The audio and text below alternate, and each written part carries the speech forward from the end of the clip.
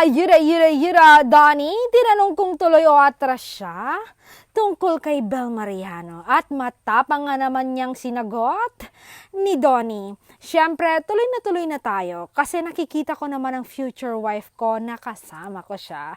Kasi sa akin mafe-feel ko naman talaga kung yung taong yon ay para sa iyo.